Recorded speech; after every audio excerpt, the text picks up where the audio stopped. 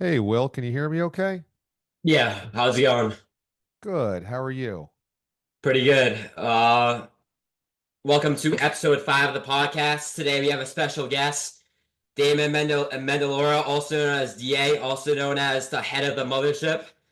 He is the current morning show host on Mad Dog Sports Radio, as well as a former host on CBS Radio, WQAM, and 98.5 The Sports Hub.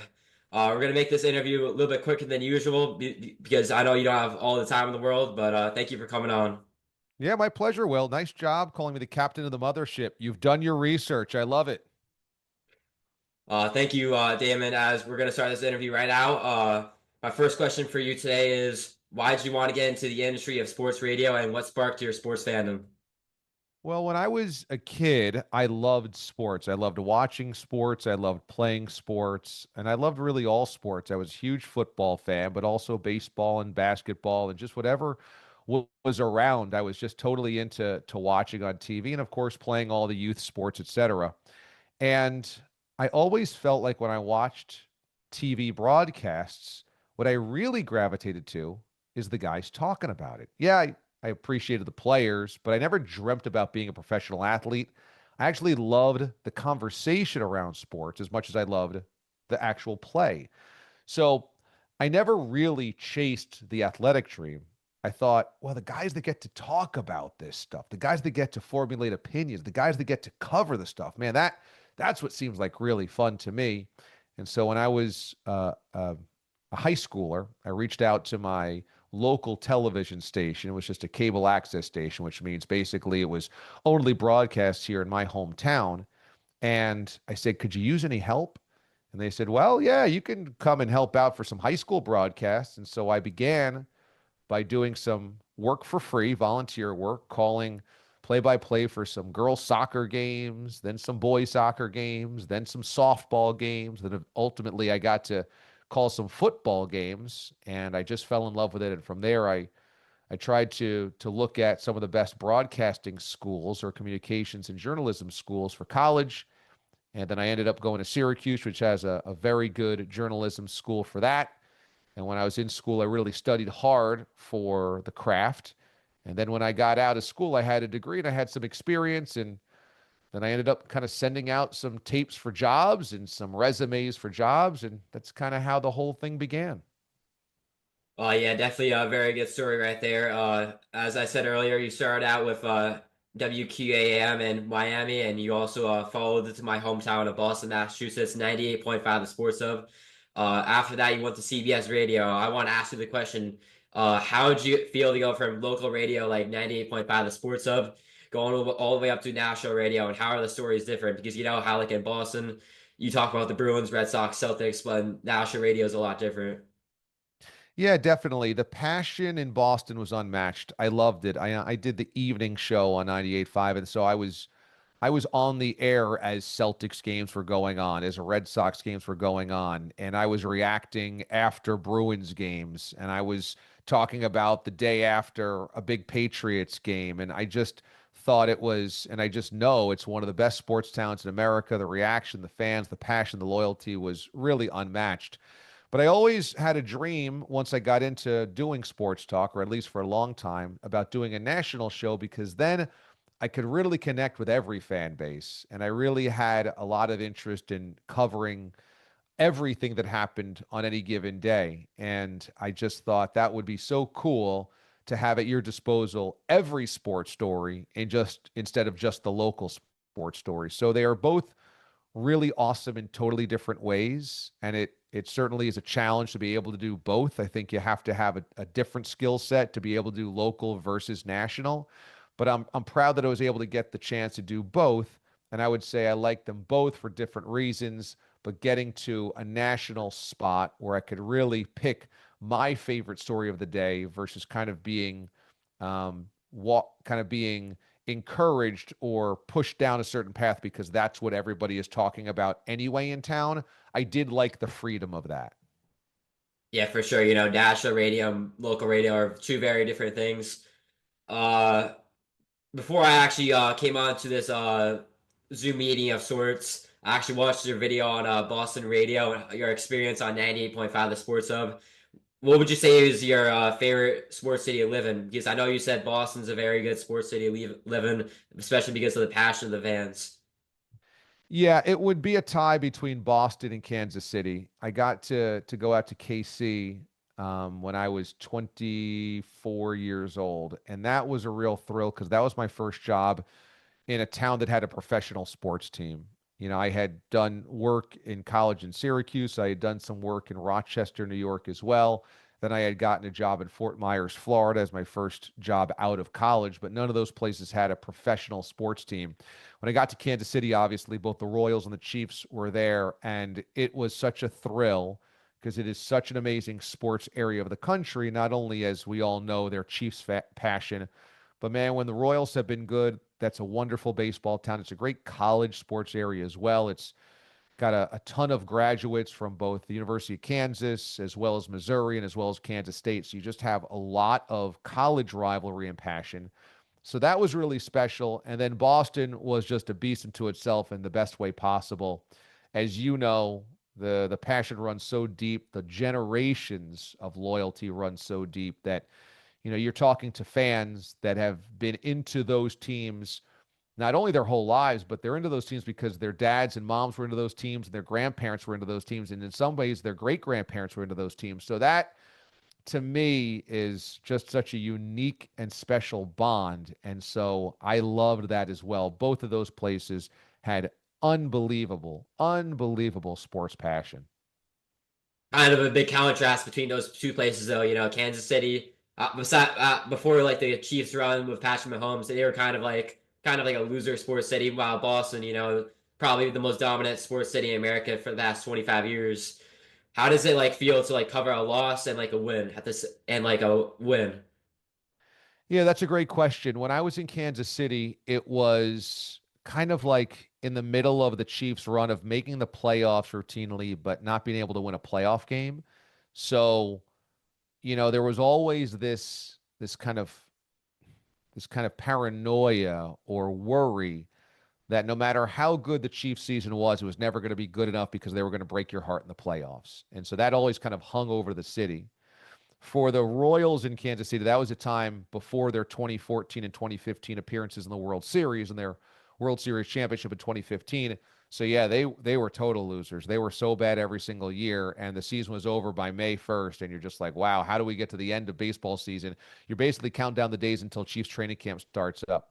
Boston was completely different, as you just mentioned. The 4 to 5 years I was there, the Celtics went to an NBA Finals. The Bruins won a Stanley Cup. The Patriots went to a Super Bowl, and the Red Sox were in the mix for winning the American League East and either playing in the playoffs or coming close to it. So the expectations were so high every single year.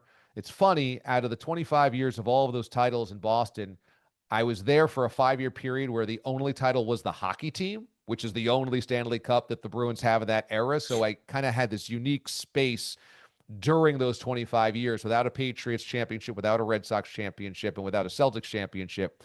But no doubt the expectation for every team every year was you got to go deep. Don't just make the playoffs. You got to go deep and try to win a title. And that expectation drove everything, not only with those teams, but also, of course, how we covered the teams. For sure. I mean, Boston, along with New York, I'm a Giants fan. They're definitely one of the top sports markets in America. I'm pretty sure that's where you grew up in, right? Yeah, I grew up in the Hudson Valley, New York, about an hour outside New York City. And yeah, my dad's a huge New York Giants fan. So I grew up in the days of the 80s and 90s and Lawrence Taylor and Bill Parcells. So you're telling me you are a Giants fan in Patriots country. That can't be easy. I'm all Boston besides the Giants. Wow, And you're how a does Jets that fan? happen? No, no, no. My family's all Giants fans. So we Uh, we laugh at the misery of the Jets. How did you become a Giants fan in Massachusetts? Dude, I mean, Eli Manning, Odell Beckham Jr. I mean, that was the starting point of my fandom. And this is before they started beginning. This is before they started to suck about 7, 8 years ago. So bad timing. Yeah, Couple but I years. mean, the Patriots in that time frame too, when you're just getting into the Giants, are awesome. So how'd you pick the Giants over the Patriots? I mean, Odell Beckham Jr. has aura, and Eli Manning Okay. beat Tom Brady in the Super Bowl twice. So that's why I like the Giants. Wow. Okay. Wow. That cannot be a popular decision in your school. amongst your friends. How about with your family? Are your parents okay with that? I mean, my parents are both Patriots fans, so it's kind of So, difficult. yeah, I was gonna say they couldn't have been thrilled with that. Wow, Will the Rebel. I like to see it. That takes some guts. Yeah, for sure. I mean, probably the wrong decision. I mean, the Patriots have won it twice since I became a Giants fan, and the Giants have only made the playoffs twice. So not the Yeah. best decision ever, but hopefully Eli Manning gets reincarnated, There you go. Maybe Jackson Dart something. is the answer. Who knows? And I know you only got 8 minutes left, so I'm gonna hurry up these last two questions.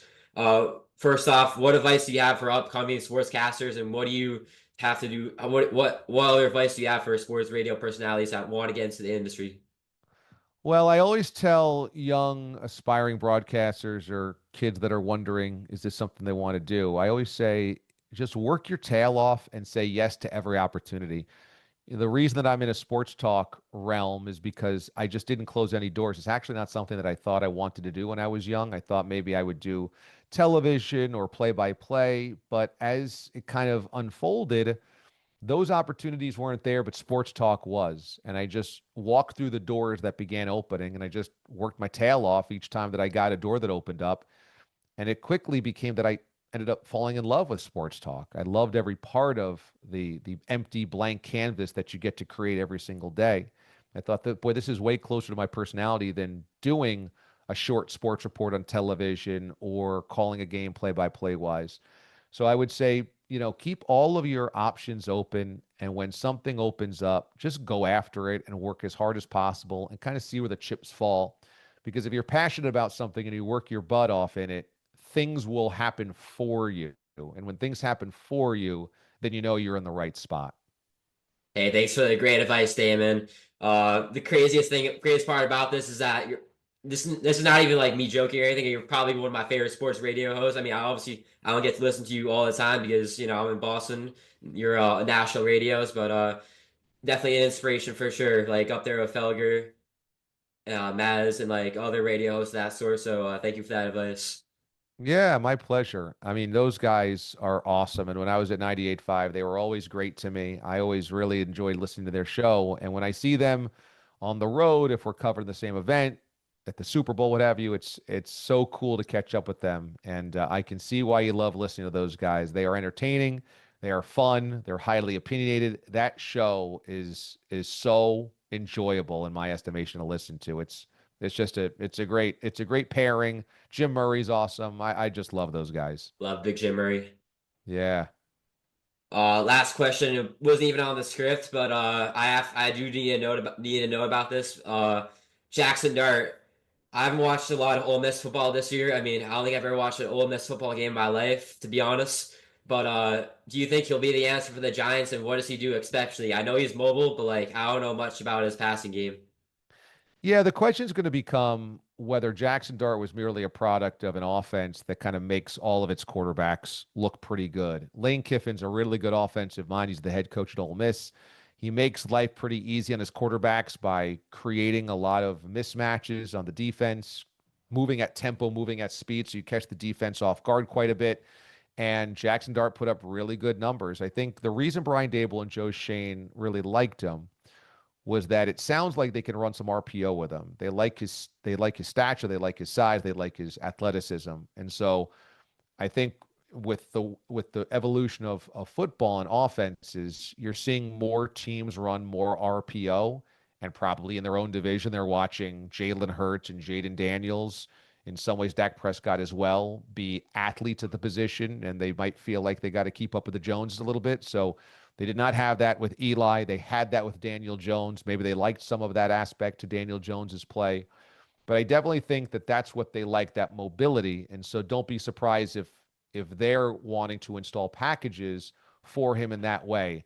The jury is so out on him because while the numbers are really good in some of the biggest moments, some of the biggest games, he did not perform well. So it makes you wonder if he was a product simply of an offense that kind of could beat up on lesser teams but couldn't beat up on the big teams, or if under the right tutelage that he's going to end up soaring. I mean, let's remember that Brian Dable was the guy who was helping get Josh Allen to the next level, and he got into the league, and we see what Josh Allen is doing. And I also think that Daboll got the most out of Daniel Jones in many ways. I think Jones is a pretty limited quarterback. And the year that they went to the playoffs and beat the Vikings in the postseason, you saw the very best of what Daniel Jones could be. So I still think that Daboll's a pretty good coach when it comes to quarterbacks, even if the quarterbacking hasn't been very good the last couple of years. But there's no doubt that Jackson Dart represents a hope, and there's no sure bet. Look, once you're drafting in the 20s for a quarterback, there's no sure bet. But certainly in this draft, there was no sure bet, maybe outside of Cam Ward, and we saw that with how late in the rounds, how late in the game that all those quarterbacks were selected. Yeah, for sure, Damon. I mean, obviously Dayball got the most out of Daniel Jones that 1 year, and then obviously he kind of fell off after 2022. So let's see how what's his name Jackson Dart Jackson plays in Dart. I don't know. I almost forgot his name, but whatever. He's probably not going to be there week one, but definitely we'll definitely see how he plays with the Giants so far in year one.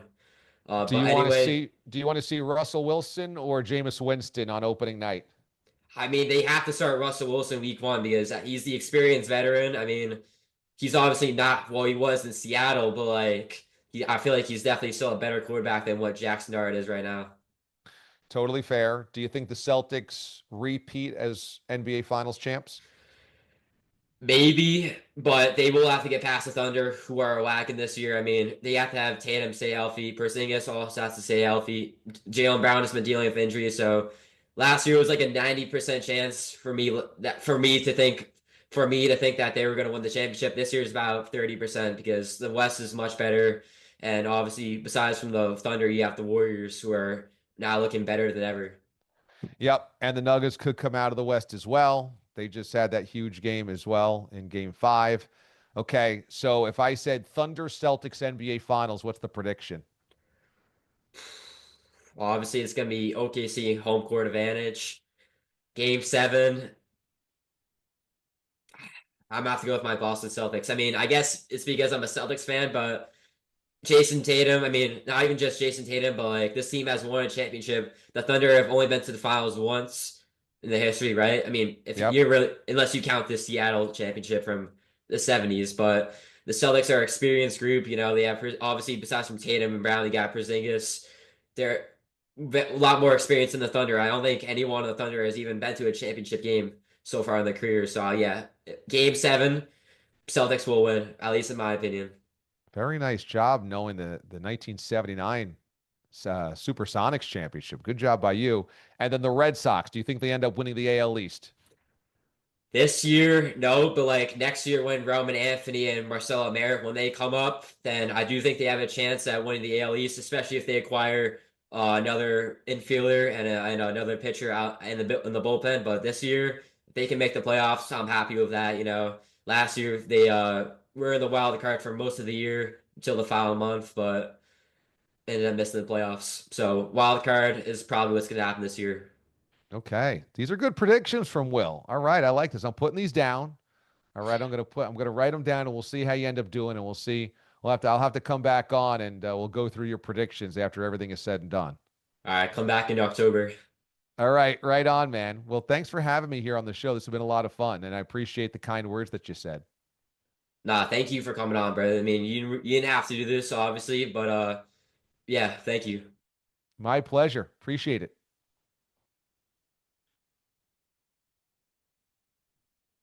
Oh yeah, have a great day.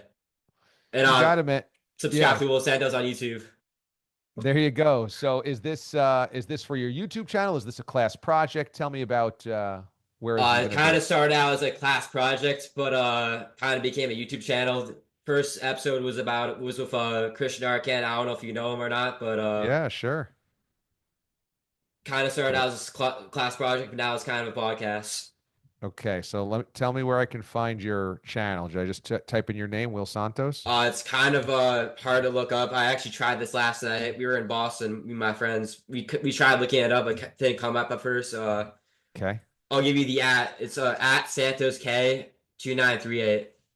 At Santos K 2938. And the profile picture is a photo of Kenny Galladay. Didn't really Yep. age well. I can't change the profile picture, so very Okay. unfortunate. Oh, and you got Adam Jones on here. Very nice. Yeah, All replacement, I think, right. right? All right. I see that's episode two. Christian Arcan, episode one.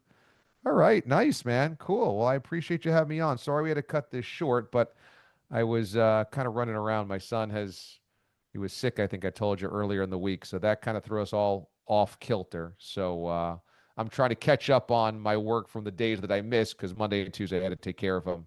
And then today I ran late on that stuff. And then now I'm heading out the door as well. But thank you for making time for me, man. By the way, don't worry about it. I mean, family should always come first, you know? So, yeah, don't worry about it. Thank you, bud. Love to I have you back appreciate on. that. Yeah, Love man. to have Let you me back know. on.